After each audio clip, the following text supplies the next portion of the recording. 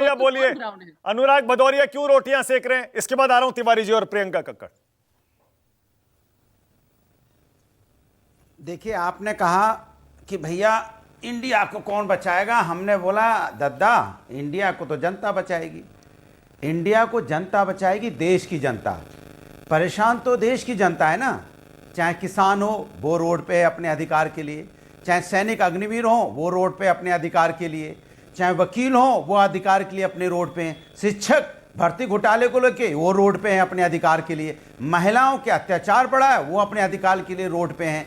अगर आप चले जाओ युवाओं में, जो यहाँ पे अभ्यर्थी हैं जो कंपटीशन एग्जाम देते हैं उनका पेपर लीक हो जाता है वो रोड पे हैं, डॉक्टर रोड पे हैं।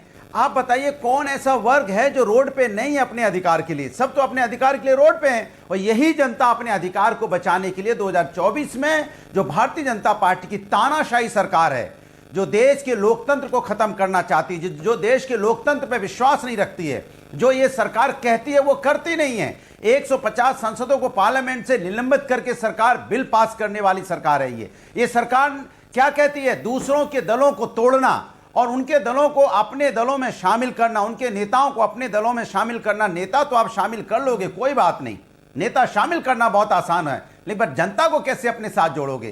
क्योंकि नेता आने से जनता आएगी ये कोई गारंटी नहीं है। और मतलब जयंत चौधरी का वोट उनके साथ नहीं जाएगा, आप ये कह रहे हैं? कहते थे भ्रष्टाचारी, जयंत चौधरी का वोट उनके साथ नहीं जाएगा इंडिया में? नहीं, मेरी पूरी बात होने दीजिए प्लीज प्लीज, अरे पूरी बात होने दीजिए, अरे मेरी बात होने दीजिए। आप टोकेंगे तो बात कैसे हो पाएगी? मेरी बात होने दीजिए ना, मैं पूरे राष्ट्र की बात कर रहा हूं। मैंने कहा जिस तरह से आप चाहे महाराष्ट्र हो, चाहे पश्चिम बंगाल हो, चाहे असम हो, चाहे उत्तर प्रदेश हो, चाहे बिहार हो, कहीं से भी, चाहे दिल्ली हो, आप कांग्रेस के या दूसरे दलों के नेताओं को तोड़ तोड़ के अपने पास लाते हो या पार्टियां तोड़ते हो।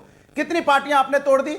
शिवसेना को 2 भागों में बांट दिया, एनसीपी को 2 भागों में बांट दिया, जेडीयू टूटते टूटते बती थी तो आरजेडी के साथ आई थी। आप देखो कैसे रामविलास पासवान की 2 पार्टियां 2 भागों में बांट दिया।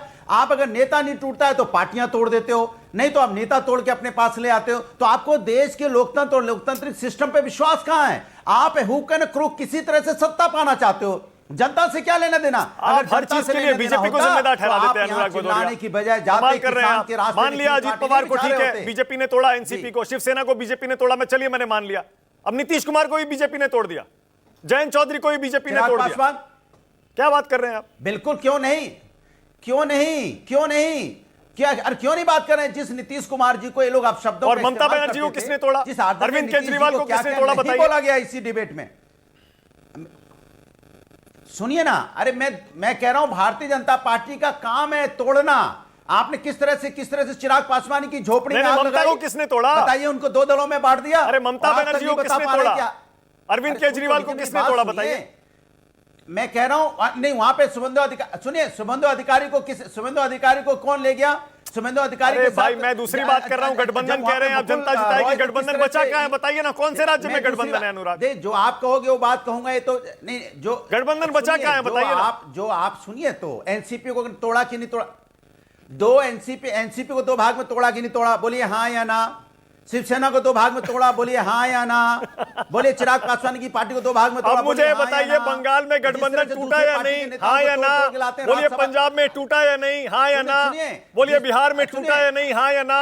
यूपी में टूटा या नहीं? हाँ या ना? दिल्ली में टूटा या नहीं? हाँ या ना? यूपी में क्या हुआ?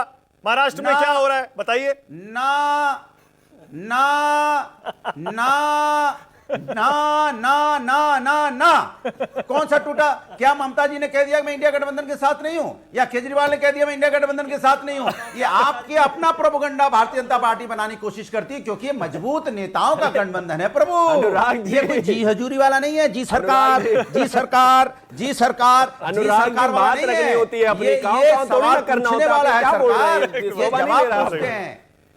अच्छा ओके, ऑल राइट। अरे आप रुकिए एक मिनट, चुप रहिए, आपके बीच में नहीं बोलना था। काम नहीं करना, जो 30-40 सेकंड मिले उसमें अपनी बात रखिए और आगे हो रही हो तो आपकी बात हमने सुनी है, हमने आपकी बात सुनी है। अब आपके पेट में दर्द होने लग गया क्योंकि सच सुनने के। मैं कह रहा हूं वही किसान जिनको आप आदरणीय चौधरी साहब को एक मिनट, आदरणीय चौधरी साहब को आप भारत रत्न देते हैं। अब आदरणीय चौधरी साहब किसके लिए काम करते थे?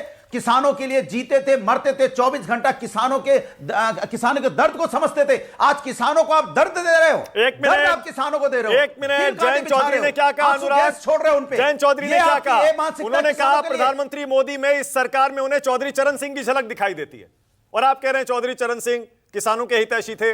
जयंत चौधरी अब तो एनडीए में आ गए, स्वीकार कर लीजिए इस सच्चाई को। अरे भाई, किसानों के साथ क्या हो रहा है? मैं पूछ रहा हूं किसानों के साथ क्या हो रहा है? अरे जैनब सिकंदर बोल रही है आप रोटियां सेक रहे हैं, सियासी रोटियां किसानों के आड़ में। रोटियां भारतीय जनता पार्टी सेक रही है। भारतीय जनता पार्टी रोटियां सेक रही है किसानों को, किसानों के ऊपर अन्याय करके किसान की समस्या का समाधान। मतलब आप ये कह रहे हैं जयंत चौधरी का वोट उनके साथ नहीं जाएगा, किसानों का वोट जयंत चौधरी के साथ नहीं जाएगा, आप यही कह रहे हैं ना?